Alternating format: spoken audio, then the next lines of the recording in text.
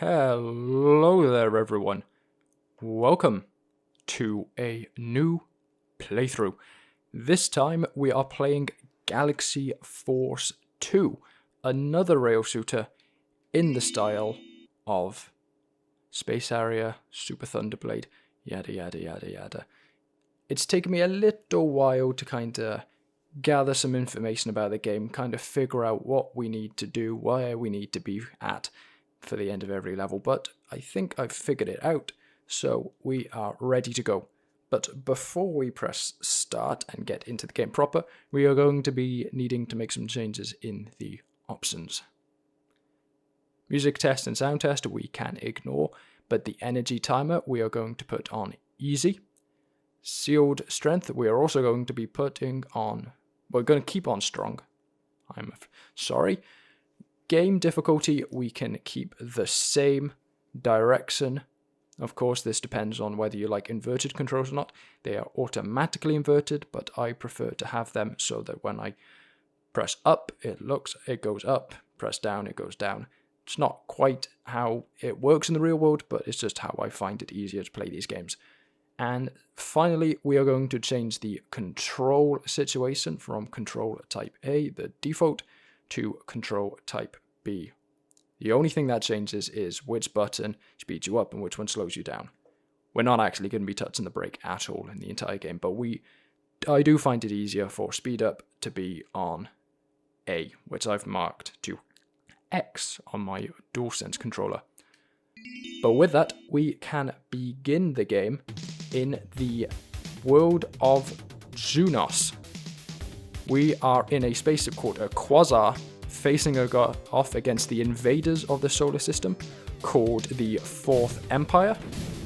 As you can see, it is quite a bit like Space Harrier 2 and those other rail shooters at the time, in that we are constantly going forward and we are having to shoot down enemies and obstacles as we progress.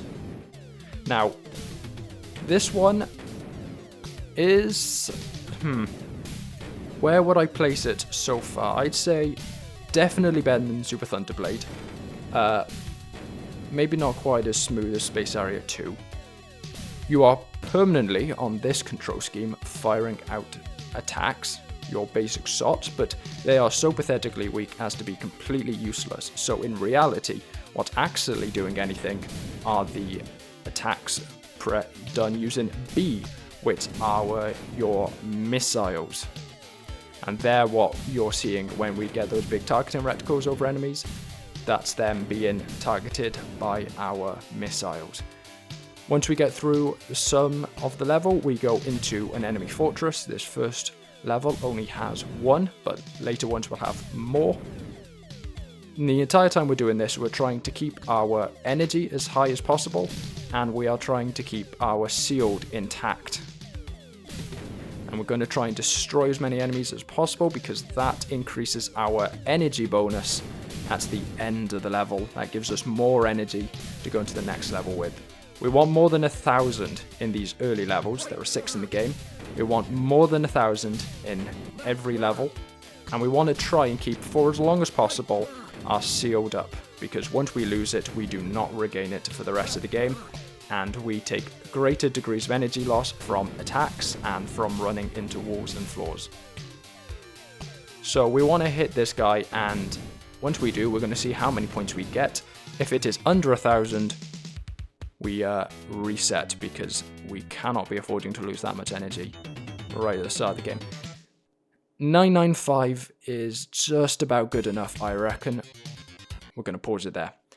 995 is just about good enough, I think, so that as long as we do well on this level, Voltio, we should be good to go for the next episode. But anyway, 6 worlds in the game, quite short, but that is it for today's episode. We'll be continuing on in this lava world, which has some ties to the Sonic franchise, next time. But for now, I hope you enjoyed. I hope you're looking forward for more Galaxy Force 2, but adios and ciao. Thank you for watching.